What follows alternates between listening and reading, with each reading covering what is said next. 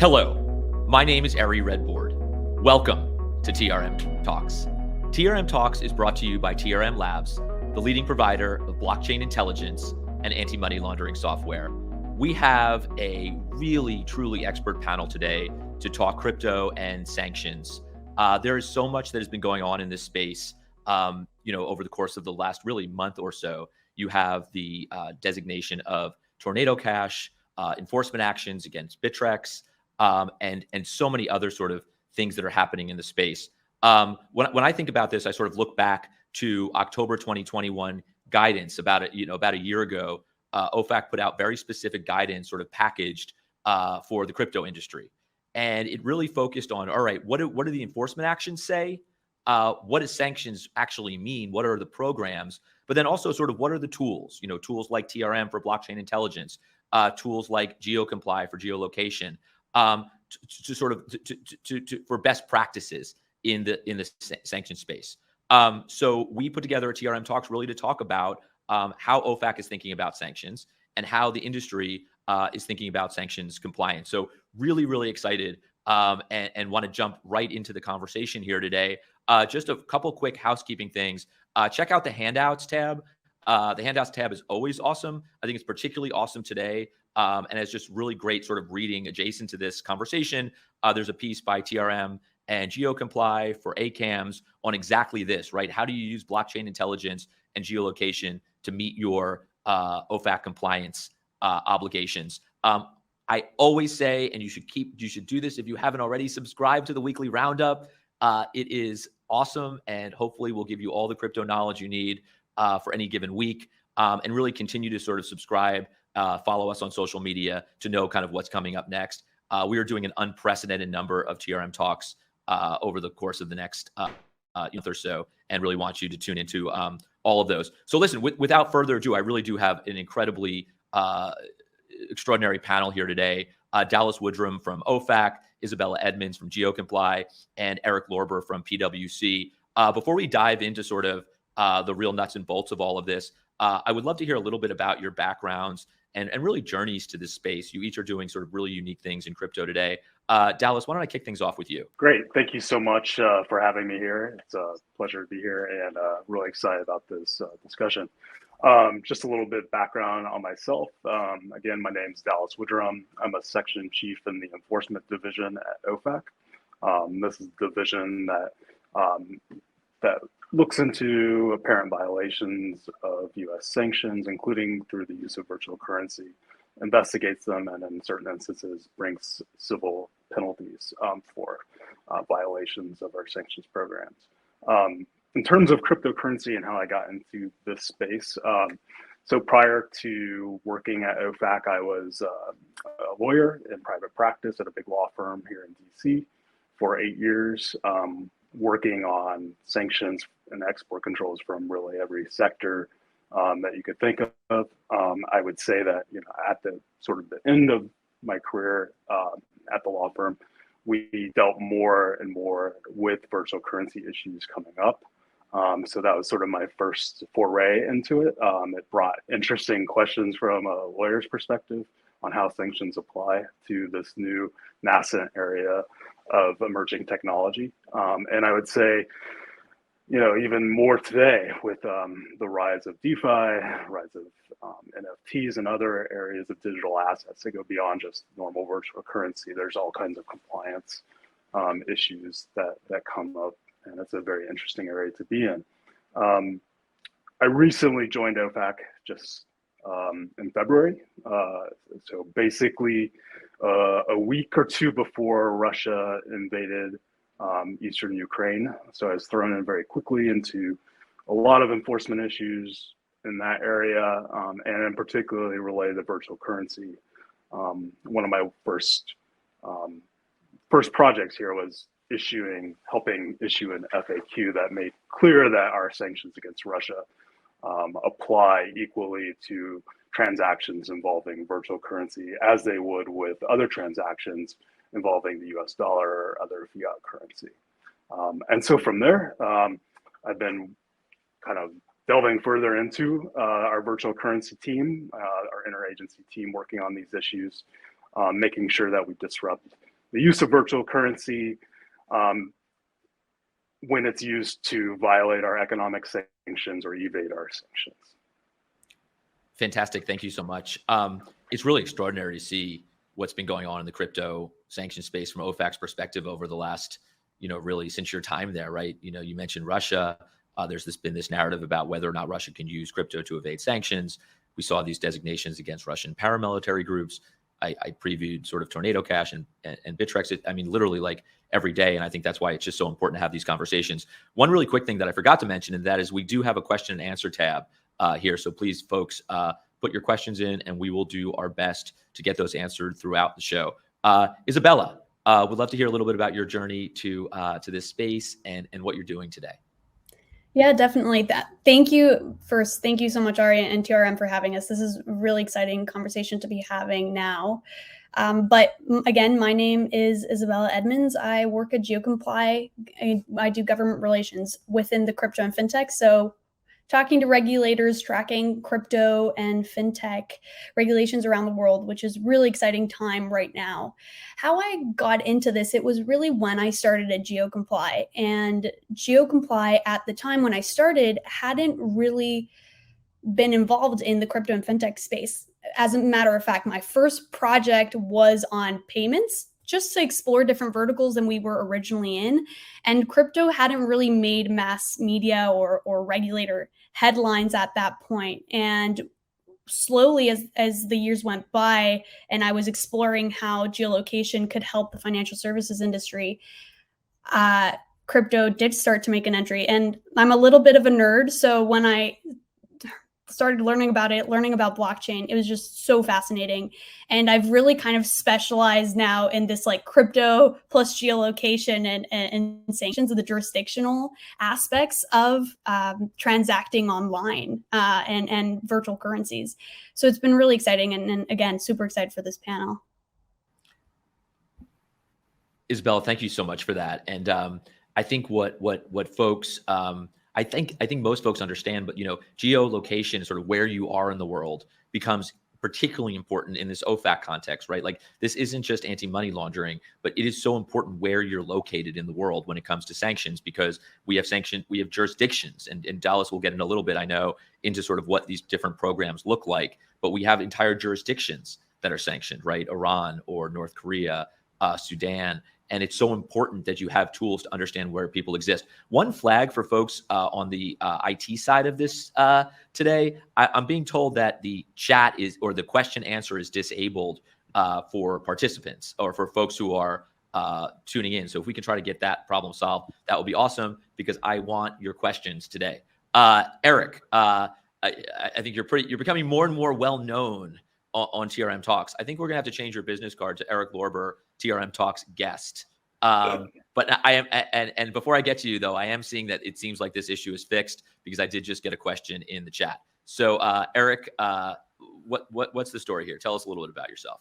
Thanks, Ari. And I'll just say it's great to be back. I will notice that question in the chat. It's a great question. Love that one. So we'll definitely get to that. It's great to be here with everybody. I'm Eric Lorber. I'm a partner in the Financial Crimes Unit at PwC. I'm our sanctions regulatory lead. And kind of like Dallas, my journey to crypto didn't start out with crypto. It started out with traditional sanctions compliance. So I likewise am a lawyer by training and spent a bunch of years doing sanctions compliance advisory, primarily for corporates and big financial institutions. And then I went to Treasury. And I remember at Treasury, one of the first projects I worked on was BTCE, which wasn't a sanctions issue per se. It was a money laundering case, but still sort of opened my eyes to, well, I wonder what this is all about. But even during that time, crypto wasn't a huge focus of our work at Treasury. I mean, I remember I think it was 2018, the executive order that sanctioned the Venezuelan petro that I had the opportunity to work on. It's sort of wow, what's actually going to happen with this? Is this a real means to evade sanctions? What are we worried about here? And of course, the petro didn't really, so far anyway, amount to much. But when I left Treasury and came back into the private sector, a lot of my clients remained at the time to be traditional financial institutions. But at the same time, I was getting all sorts of questions from folks in, sort of crypto natives saying, hey, we want to figure out how to comply. What do we do? what steps do we need to take? What types of programs do we need to put into place? And, if anyone who knows me, I'm sure I've got friends on listening and hopefully know that I'm sort of a consulting nerd in that I like to help people address sort of the real challenges that they have, the regulatory challenges that they have. So it provided this really interesting opportunity to sort of work with companies that needed help and needed to figure out how they, what to do to comply. So that was my initial journey. And I will say that, now my current client base that focuses on crypto, I work with crypto natives. I work with exchanges, but the other types of entities we do a good amount of work with are actually the traditional financial institutions who are now interested in crypto and are working in crypto. So sort of bridging those three different areas has been really a great experience over the last year or so. Cool. I feel like we're like a little bit of revenge of the nerds because now I've heard nerd mentioned twice on TRM Talks, which is pretty cool. But I guess that's what we kind of all are at heart here. Dallas, I'm going to kick things off with you. Look, literally exactly a year ago, Lauren Scheinert, who is the director of compliance and enforcement at OFAC, came on to literally talk about this guidance that we're about to talk about in a moment, the October 21 guidance, which really was an amalgamation of everything that OFAC had done before in the crypto space and to really ship to the crypto industry. And it was really helpful, I think, coming on and speaking directly to industry folks. We now have sort of a year of hindsight and sort of more on that. Can you talk a little bit about really that guidance, but then really use it as a jumping off point to the way OFAC is thinking about sort of compliance in the space today? Sure thing. In October 2021, our counterparts over in the compliance division published this guidance. There were some FAQs prior to it about virtual currency, but this was meant to be a one-stop sort of resource on how to design a compliance program in the virtual currency area. And it does really several things. First, I think it really reemphasizes the message that we've been saying, which is that our sanctions compliance obligations apply equally to transactions involving virtual currency as they do with fiat currency. And that's something that, kind of underpins our virtual currency sanctions enforcement. And second, as I said earlier, it's a consolidated resource for the industry to help navigate and comply with our sanctions programs and design risk-based compliance programs. And I think importantly, it highlights some good best practices that we've seen in the virtual currency industry, as well as practices that we've not seen in some of the violations that have happened. So for instance, some of the best practices we've discussed, which I think will be a real topic of today, is incorporating geolocation, IP address blocking controls to block persons who are in comprehensively sanctioned jurisdictions. So that includes Iran, North Korea, Syria, Crimea, and then the Luhansk and Donetsk regions of eastern Ukraine.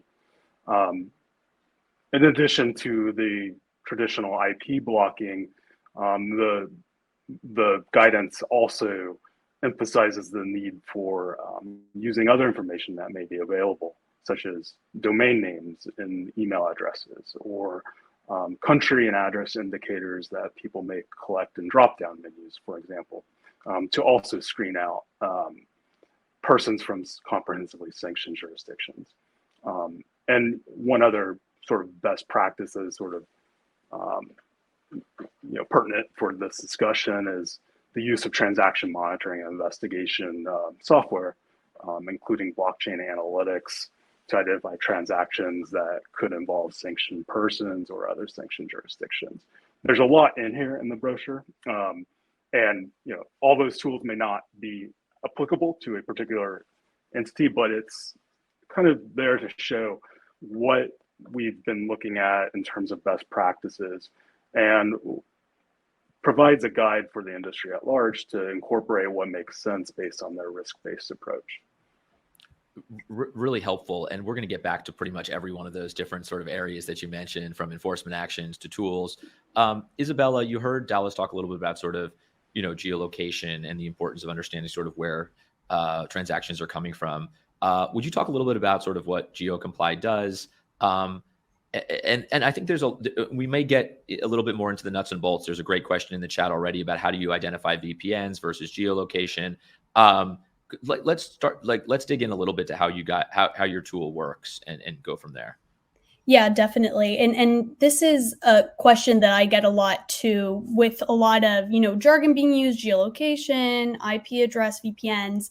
It can get a little murky, but I'm going to take a step back and throw in some myth busters too. A lot of the times when I talk to industry, and I tell them about GeoComply, and I say, we do geolocation, the first answer that I'll get back is like, oh, you do IP address checks. And IP address has kind of become synonymous with geolocation.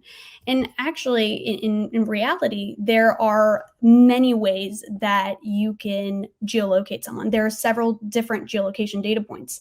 And these include GPS coordinates, Wi-Fi triangulation, cell cellular data, and IP address as well, of course. But IP address, and many of you may know this, it's very easily spoofed.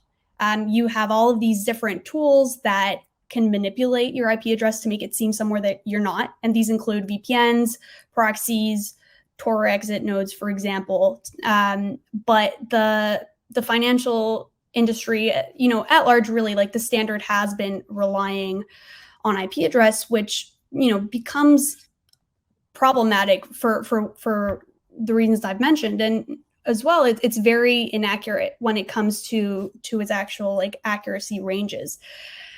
And something that I found out about, just to explain how outdated this technology is, IP address was actually first deployed in the 1980s.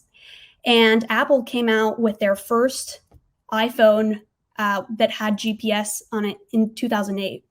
So we're kind of relying on, 1980s technology for a 21st century problem, which is like, how do you create virtual borders and geofence jurisdictions where you are not allowed to operate, whether that's because it's a sanctioned country or because you're not licensed there, for example. So it really, and Ari, this is, like, as you mentioned earlier, the question of where, especially in the digital world, now that we're onboarding, and there's so many amazing technology and tools where, financial tools are just available across the world. And it's such an amazing opportunity. But the where of the KYC and the customer due diligence becomes so important, because your location at any given time when you're interacting online is part of your digital identity. And it tells a story about a user, the patterns, the behaviors, if that account appears somewhere where that user has never been before and it's associated with a different device. They're all really important data points to be collecting. And back to the sanctions compliance piece, it's an essential part, right, of KYC, of your customer due diligence, of your ongoing monitoring. But the geolocation part doesn't only enforce your sanctions compliance. Like a lot of the other risks, it's your anti-money laundering. Where are these transactions coming from? Are they from high-risk jurisdictions? And also to inform your risk-based approach, for example. And one of the big risk flag indicators is when somebody is trying to spoof or manipulate their coordinates, for example. Beyond just a VPN and manipulating your IP address, there's actually software and hardware that you can download to change your coordinates and to change the Wi-Fi networks around you to make it seem you're somewhere where you're not.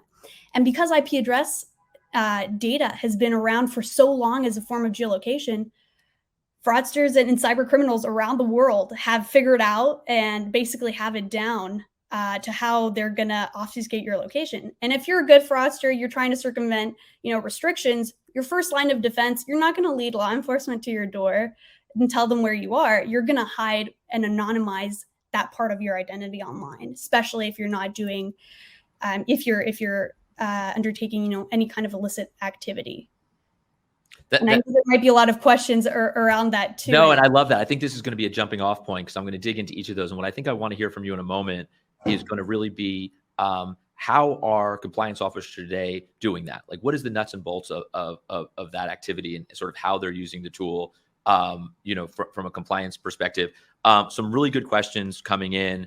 And one around unhosted wallets and how we gain sort of information related to that in terms of sanctions exposure. But before we do that, Dallas, people ask me all the time, sort of like, how do you get smart? What should I be looking at in the space to really understand how regulators are thinking? And I always say enforcement actions, because to me, usually enforcement actions come out before guidance, right? The guidance is an explanation of why, essentially, in many respects, a regulator took an enforcement action, because these are our expectations now.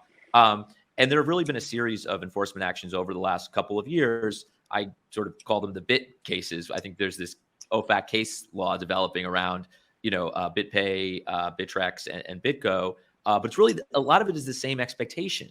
And that is that these are using tools. Can you talk us through sort of how OFAC thinks about enforcement actions? And maybe if you could dig into Bittrex a little bit.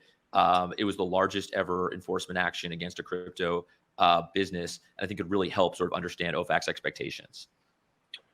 Yeah, I think really a lot of the enforcement actions we've taken really demonstrate what happens when you don't implement the compliance best practices and procedures that we've outlined in our virtual currency guidance. And I think Bittrex is a pretty good example of that. And so just to give a little context on that particular case, just a few weeks ago, our compliance division brought the largest enforcement penalty case on a virtual currency firm to date, Bittrex, which was a $24 million settlement. And what basically happened in this case is that Bittrex, which is a U.S. Virtual currency exchange, it started operations in March 2014, but didn't really have a sanctions compliance program until February 2016, so almost 2 years later. And when the company finally did implement a sanctions compliance program, it only initially screened for hits on our specially designated nationals and blocked persons lists.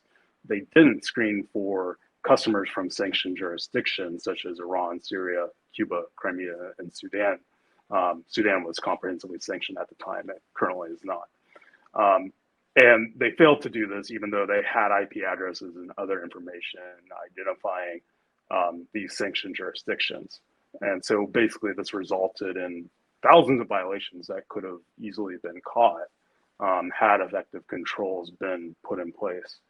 And I think it really kind of shows two major takeaways, what we've seen in other cases in the past few years as well, that number one, compliance really needs to be baked in at the development phase of new products. Like, it's not an afterthought. It's something that should be considered, analyzed, and implemented at the product development phase, whether it comes from virtual currency or any other emerging technologies. Compliance is an important part in the business development process for that product. And I think two, what this case also demonstrates too is that it's not enough just to know your customers, but also where your customers are, including using geolocation tools and other information that may be available to identify where they're from. Terrific. Yeah, no, thank you for that. It does seem that there's a lot of consistencies between the cases that are being brought here. And, I've often said that when I was a prosecutor, you were not allowed to send a message, right? If you said that, you had an automatic mistrial if you ever said that to the jury. But it's really the opposite when it comes to regulators. You're taking action to really send a message to the industry. And it seems like that message is sort of what's in the guidance now. And that is, you really have to have these tools in place in order to mitigate risk. Eric, let's take sort of all of what has been said, right? What you're doing really is you're taking the information from OFAC and you are advising clients in the space as they are saying, hey, how do I build a sanctions compliance program, an AML sanctions program? Can you talk about how you're using this information to advise clients? And maybe, honestly, I think what would be most helpful here is like a little free advice, as much as I know you hate to give it, to the folks in the crypto industry on the line about what you would recommend or sort of best practices to clients today. Yeah, no, definitely. Thanks, Eric. But before I jump into that, I totally will. If I could just piggyback off of what Dallas said and your comments about the enforcement actions. I think you're exactly right that enforcement actions in many ways are lessons to be learned.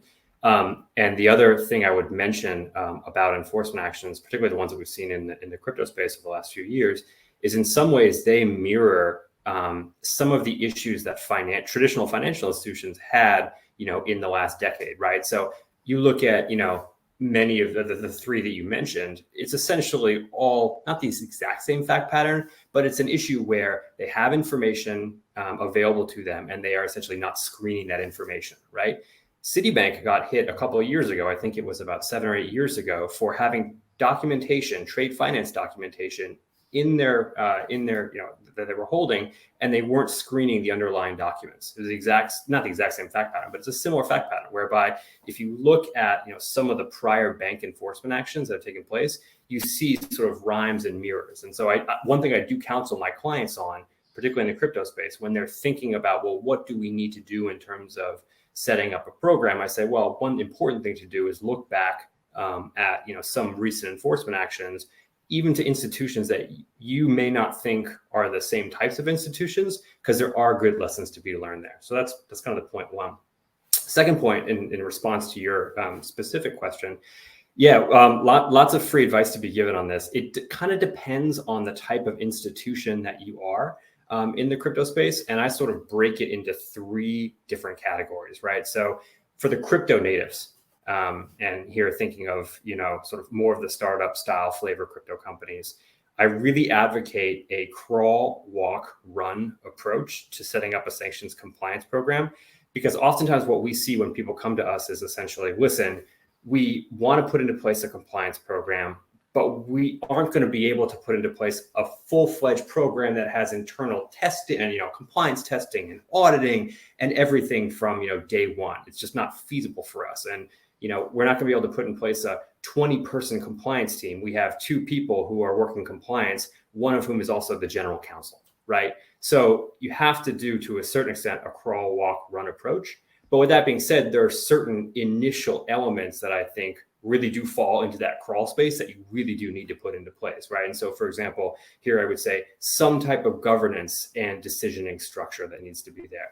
Some type of transaction monitoring or screening system or tool so that you can at least detect potential SDN involvement or comprehensively sanctioned jurisdiction involvement. Some type of at least initial training program so that the people who, for example, are looking at alerts know what they're looking for and looking at. So really this kind of, for crypto natives, this initial step. And then as you get further into your maturity, you can add things like a compliance testing program, an internal audit program, so on and so forth. So that's sort of the way that I usually counsel my crypto clients, the native crypto clients. The second category really are the traditional financial institutions that are engaging in custody and other types of activities with within the crypto ecosystem. And they've got a different set of challenges and a different set of needs. And one of the biggest challenges that they face, as far as I've seen, that we try to help them with is essentially, how do you incorporate things like blockchain analytics tools, but also risk rating for crypto into your existing governance structures, right? So for example, one challenge we always see is, okay, we've got this client who's got this particular type of crypto exposure. How are we risk rating this client, and where does this fall into our CDD, EDD process? And how are we, what types of questions are we asking, to Isabella's point from earlier, during KYC onboarding or KYC refresh? So there's this real need to think about, when you're onboarding crypto clients, how you flow those risks through the all elements of your governance structure, because that's really what your bank is set up to do. And then finally, third, and I know I'm going on for a little while, so I apologize for that. Third are the exchanges. And here, the reason I sort of bucket them as a different category is, in my mind, they fall somewhere in between sort of the kind of initial new crypto natives and the traditional financial institutions, because they do have more mature programs usually in place. But some of the biggest challenges they face are actually just sort of defining what their risk appetites are. So basically saying, okay, Tornado Cash was designated. What does that mean for transactions where 4 hops away or whatever you want to use, there was a touch point to Tornado Cash, and really envisioning what those risk appetites are. In addition to the other requirements, obviously, that a traditional financial institution or elements of a program that, for example, a traditional financial institution will have. So again, sort of bucket it into 3 different categories, and my advice varies based on which category we're talking about. That's no, super helpful, and I would have cut you off if I was done with you there. I think that was that was really helpful guidance. I know I'm the moderator, but I do love to jump in here. There are a couple questions that I think I might be able to help with in the chat. One sort of around unhosted wallets, and Isabella, you can sort of feel free to jump in here as well. Look, part of what OFAC's expectations is that you're using blockchain intelligence tools today, like TRM. And quite frankly, we have as much sort of granular data on this idea of self-hosted wallets as we do on, wallets that are connected to exchanges. So we understand sort of, hey, is that wallet potentially connected with some type of illicit activity? Is it on the SDN list? Is that wallet, does that wallet have sanctions exposure, secondary exposure? So what we're able to do today at TRM is provide really granular data to whether it's a large exchange or a small DeFi protocol as to what the risk category is that they're going to, in terms of a wallet address, hosted or unhosted, that you are going to that you're going to ultimately transact with. And I think that's really why OFAC wants to ensure that these tools are in place. So you just have a good sense, and that doesn't matter if it's a personal wallet or an unhosted wallet, or whether it's a wallet that's connected to exchange. There's another really interesting question that I think is slightly outside of the scope, but it's around. Could I just add on real please, quick? Dallas, go ahead. Yep. Yeah. Just real. Yeah. No, I love it. Yep. One thing we've been trying to emphasize too, with some of our recent SDN designations, is including additional wallet addresses, so that blockchain analytics can identify perhaps other using different approaches like co-spending or other patterns of transactions to identify other wallets that may be owned or controlled by the same sanctioned person. So it's a great point. Would you build? Yeah, that's awesome. Would you build on that a little bit, actually? Obviously, OFAC has been putting wallet addresses on the list for some time. Obviously, it's helpful, very, very helpful to blockchain intelligence companies like TRM, because we can then surface that data in our tool and then sort of extrapolate, right, to understand, like, all right, well, who are those wallet addresses transacting with? What is the expectation today in terms of crypto businesses? Given that technology exists, what is the expectation from OFAC in terms of using that information? Yeah, I mean, I don't know if we have a per se guidance on specifically how to use blockchain analytics on that, but I would say that what that information does is it does provide an additional tool for people in the VC area to identify, maybe you have a wallet address that is doing a lot of transactions with that other wallet address, and there may be certain types of patterns of transactions that identify that other wallet addresses maybe being a risky wallet that's belongs to the sanctioned person. And so what I think the purpose of providing that is to promote compliance and to ensure that if you have analytics, if you have the ability to do so, or if you have reason to know that there's sort of transactions that are happening on your platform with that wallet, that you may want to employ a risk-based approach and interdict those transactions or find more about that wallet. Really helpful. So yeah, just trying to answer one of the questions in here with maybe some sort of unique perspective. There's a question on whether or not you can get information from a phone carrier in terms of location. And what's interesting is, like, what I often talk about is, like, this whole thing's a toolbox, right? Regulators, Dallas has a toolbox, law enforcement has a toolbox. And while, TRM and GeoComply and these tools are very powerful, they really are just a couple of tools within a larger toolbox. When I was a prosecutor, we would get this information all the time. We would ask the court to issue what we call the 2703D order to a phone carrier to give us information related to where that phone was pinging or where that phone is located. So when you're doing a criminal investigation, there are ways that a court can get you that information. I know, and Dallas, you can speak to this, OFAC worked very closely with the Department of Justice and really across the interagency as they're sort of trying to understand these issues. So, like, there are so many different tools here that, maybe you can't get this through blockchain analytics or through geolocation, but there are other ways to sort of do that through the courts, through legal process.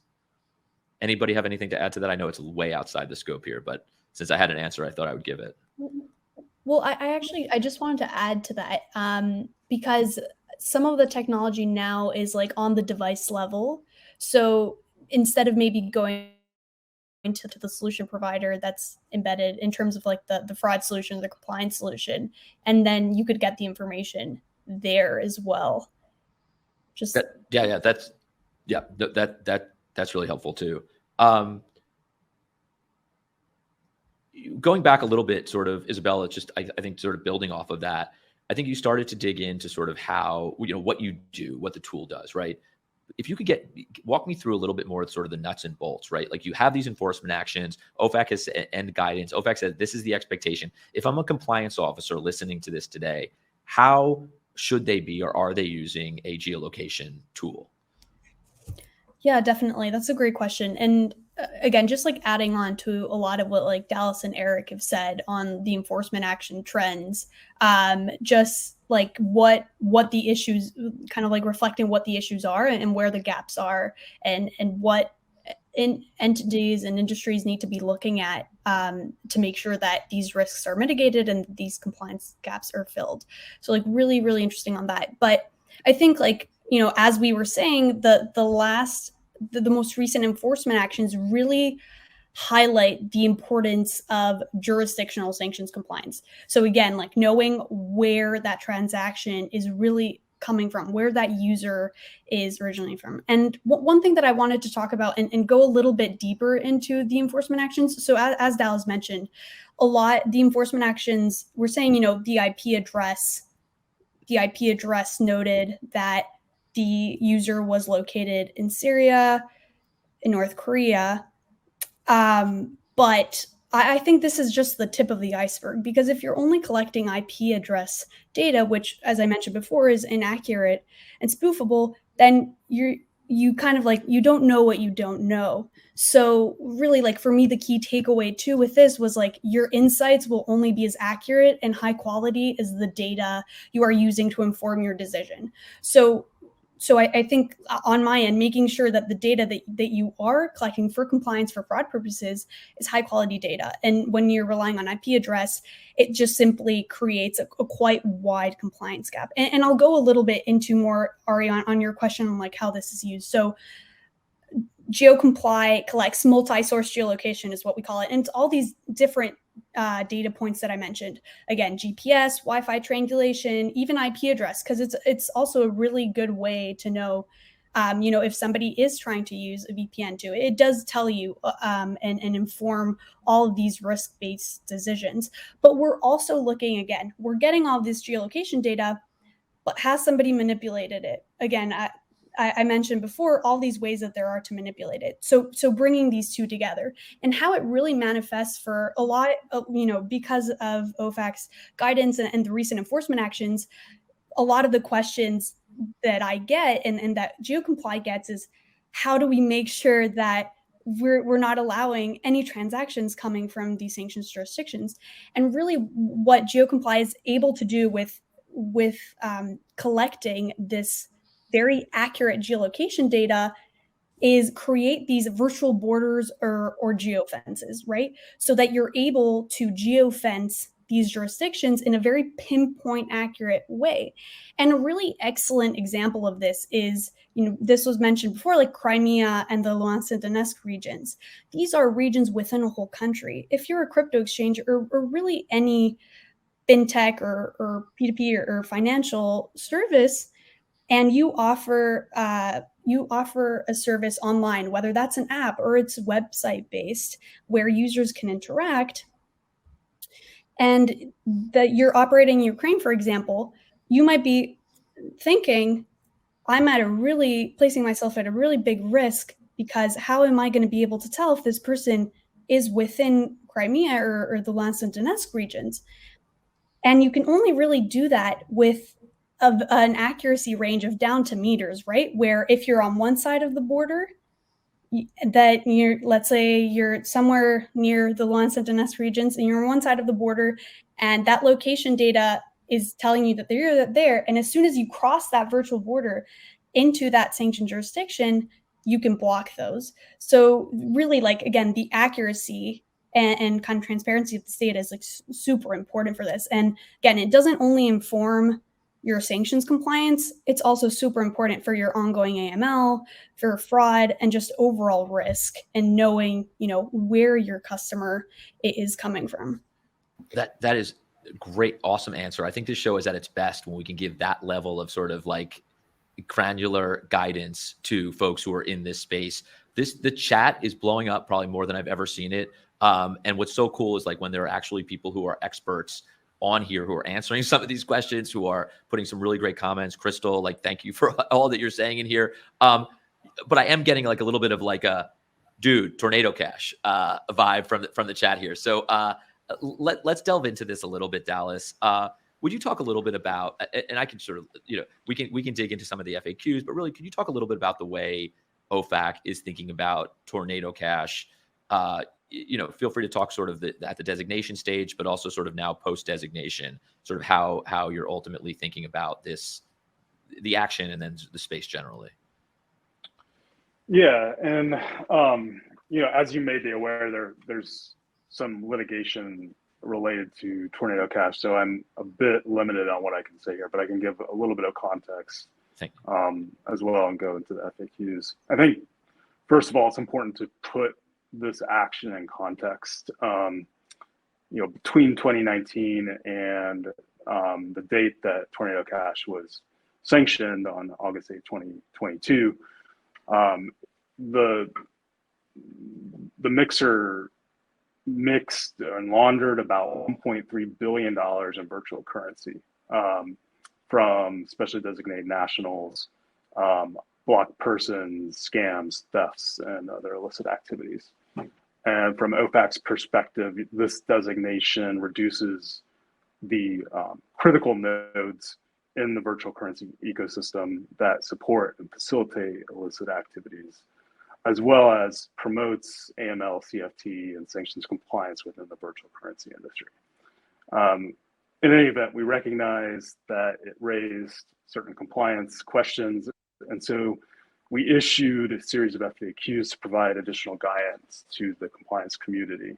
The FAQs address specifically what's prohibited as a result of our designation. For example, engaging in transactions with tornado cash, as well as what's not prohibited, which includes copying and making the source code available online. That's not part of our prohibition.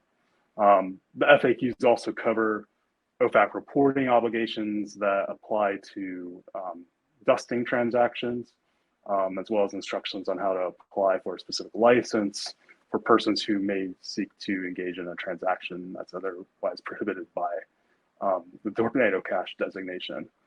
I will say also that OFAC, as demonstrated by these FAQs that we put out, we will provide additional industry guidance related to the action as needed going forward.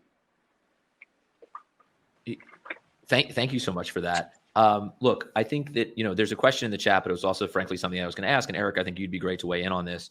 So, OFAC essentially says in the FAQs that it would not prioritize sort of victims of dusting attacks, right, for enforcement actions, right? These people are essentially victims of being sent funds from a sanctioned entity. But the reality is, OFAC certainly does not say this is not a violation. Yeah. It essentially says it's a violation, but we're not going to prioritize it. So really where that leaves businesses is, hey, what should we do with these addresses? And the dusting thing, that may be relatively easy, but it gets a little harder when you're talking about sort of, hey, even just those who have had de minimis transactions with tornado cash. So maybe would you talk a little bit how you're because I know this comes up all the time with the projects you're working with.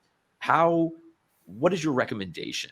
The most reasonable recommendation that you could give, right? That, not the easy, no, don't transact kind of answer. Yeah, it's a great question. And I think there is a level here of, frankly, good enough and justifiable. That is the answer that I usually give as to what steps you're taking, which as a former Treasury person, I'm sure you feel this way, Ari and Dallas you probably feel this way now. It's sort of like, no, we're, and Isabel, you too. It's, no, we're on an anti-financial crime mission. Like, we don't want any, violations or illicit funds to flow to, where they shouldn't.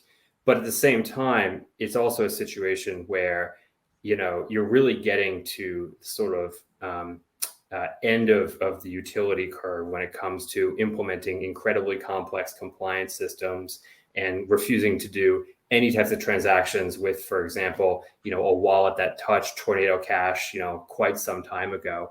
And the biggest challenge that, to your point, Ari, that many of my clients have, and I'm sure many on this call in terms of, lawyers who are listening have, is figuring out just what is that kind of line that you can draw to say, listen, there have been some touch points. They were, again, using the hops example just for ease, even though I kind of disagree with it. It was 4 or 5 hops, away from Tornado Cash. Therefore, it's okay. And so the answer that I usually give at a high level is, is the system that you have in place good enough to say, hey, we identified potential sanctions exposure, but then B, also, we took a deep look at it and documented the reason that we thought it wasn't, for example, a violation. And I know that's not a great specific answer to what to do in the context of Tornado Cash, but that actually is the answer that I usually give to my clients, both in the context of Tornado Cash, but also in the context where, for example, and I'm echoing Caleb's question, I think, from the chat, where you see a situation where, you're using very sophisticated tools and you identify very indirect exposure to a sanctioned person. It's sort of like, well, what do I do in that situation? And in my mind, what you do in that situation,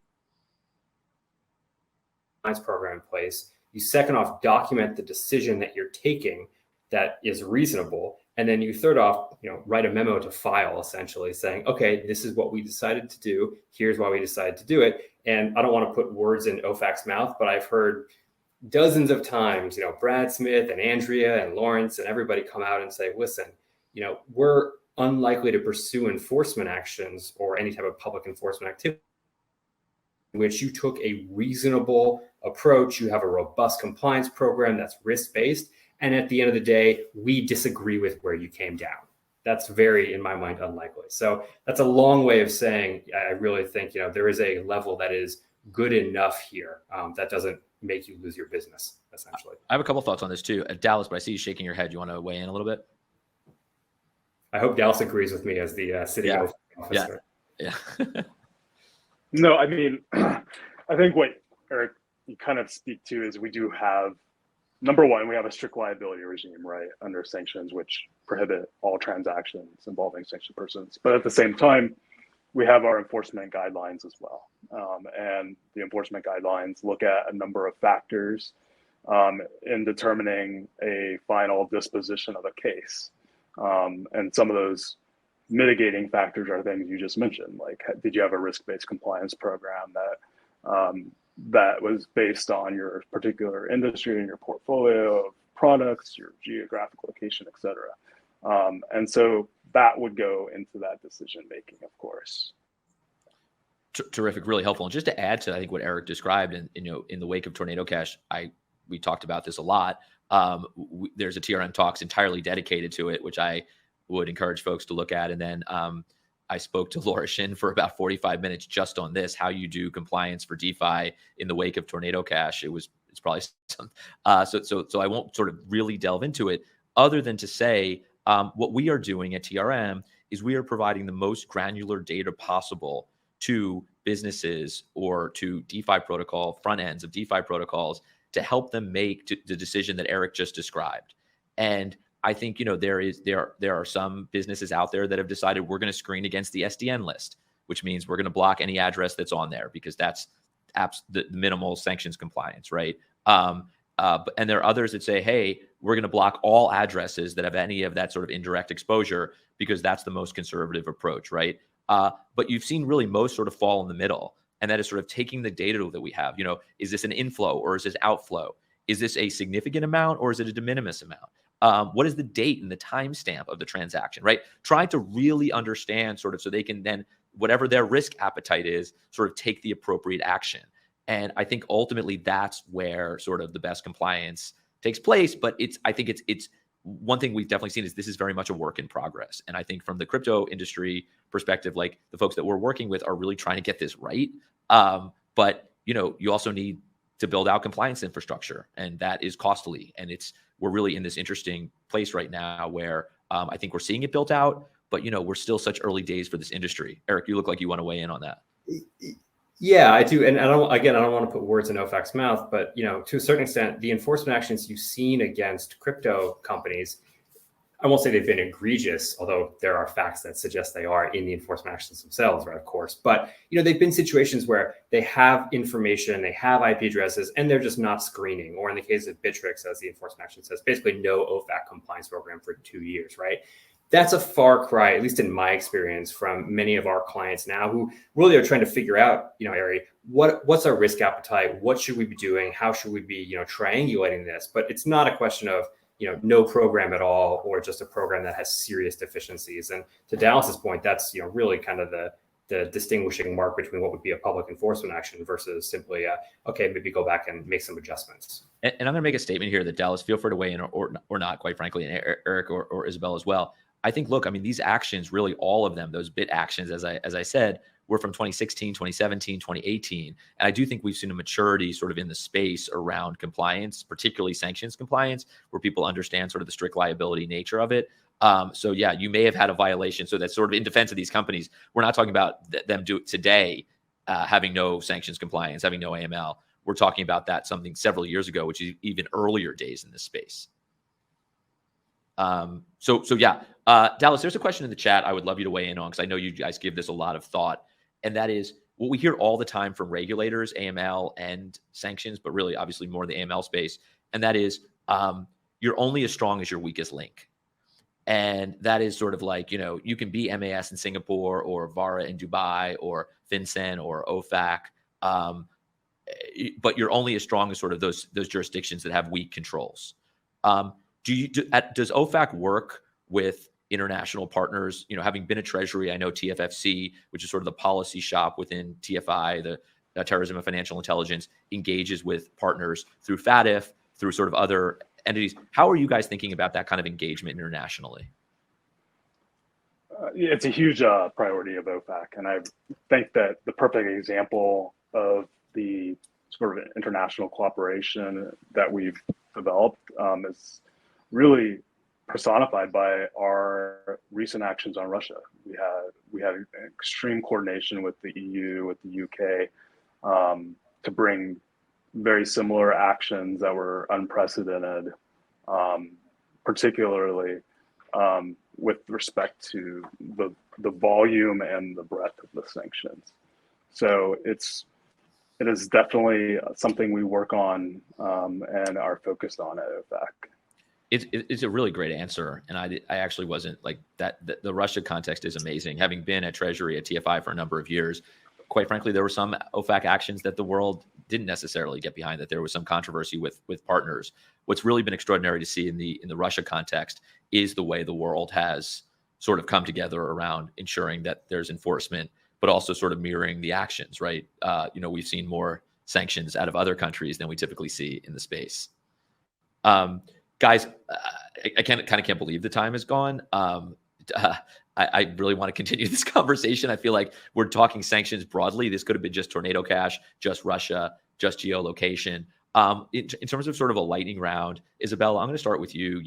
I'd say one thing certainly at TRM, and I know at GeoComply, it's like you just got to keep iterating. You got to keep improving these tools, because bad actors will continue to figure out ways to work around them. What is sort of next? Like when you're looking at the future of this space, what is your focus?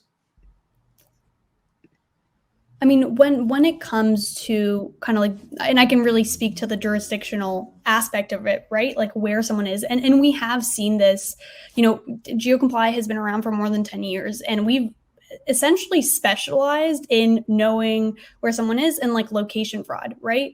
What are all the innovative tools? People get very creative with hiding where they're coming from. And as we know, cyber criminals, fraudsters, very, very creative and innovative. So staying one step ahead. So for us, it's really continuously looking for these risks that are out there, monitoring for these different kinds of tools that innovatively originate. And I mean, for me as well, I think for crypto more specifically, I think for us, a big role to play more is like on the on-ramps, right? I think that's a part where there's higher risk. You know, what's on the blockchain, you have tools like yours that are really tracking this really well and have so many insights, which is amazing. But between that point, safeguarding those on-ramps and making sure that where you can do all this very robust KYC and ongoing compliance and transaction monitoring is so important. Thank you so much for that. Eric, what should we be really thinking about sort of as we're going forward in the space? Yeah, thanks, Eric. I'm actually, the thing that's most interesting to me, in addition to obviously the, new products and services that are being developed and they're very innovative and that all present or most present sanctions compliance challenges. I know I mentioned this earlier, but I really think thinking about how traditional financial institutions are going to be incorporating crypto into their practices, onboarding crypto clients, like they've got, I won't say a lot of work to do, but it's going to be really challenging at times for them to do so. And I think that a lot more of them in the near future are going to be trying to do so, right? You've begun to see over the last couple of years, certain traditional financial institutions sort of dipping their toes in. And that's a far cry from 4 or 5 years ago when everyone's saying, wash my hands of that, no interest in it. I mean, I saw, I guess it was yesterday that I guess JP Morgan did some type of trade that was publicly reported. And we've seen, other institutions do it as well. And so seeing where they go with it and how they're incorporating that into their sanctions compliance programs, I think is going to be really fascinating to watch. So I'm excited for that. Awesome. Dallas, look, you have 600 of your closest friends from the crypto industry on the line here. What if you could sort of tell folks anything in terms of from OFAC today, what would sort of be the message? Yeah, so I would say that virtual currency enforcement and targeting remains a very important focus of Treasury and OFAC at large. Our goal is not to hinder the development of new technologies, but encourage the responsible development that implements compliance controls, AML, CFT, et cetera. I think going forward, there's a lot of potential in this industry, but at the same time, there's challenges. And some of the challenges that, are somewhat difficult to deal with, and you have to kind of get creative, is the rise of anonymizing technology, use of mixers, unhosted wallets that can obfuscate the origin of crypto transactions, and then the rise of disintermediation.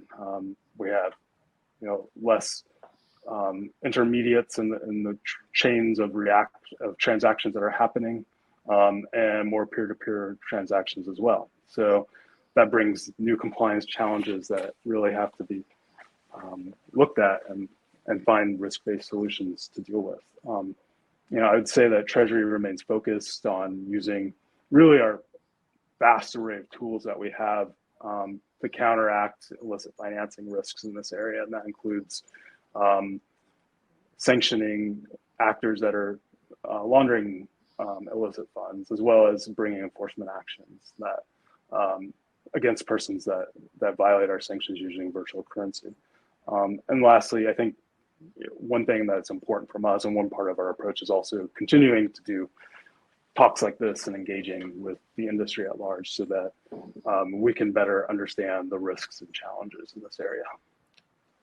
Thank you so much. I mean, that was an awesome answer, particularly around disintermediation, right? I mean, I feel like today we've figured out how to regulate in the crypto space, still using sort of intermediaries. And as we move outside of that world, and I think Tornado Cash was very illustrative of how we could be thinking about it. And if nothing else, it really has caused a really important conversation between industry and regulators that I think hopefully hopefully this is an example of. So thank you for saying that as well. We have a super sophisticated audience, and some of the questions I think are just spot on. But really, I think if anything else, and speaking for folks for a moment, I think that guidance is just so important. There's a question in here about look backs. How far should we be required to look back when filing a SAR? I know SAR is not your world, Dallas, but it's the same kind of thing that we should be worried about.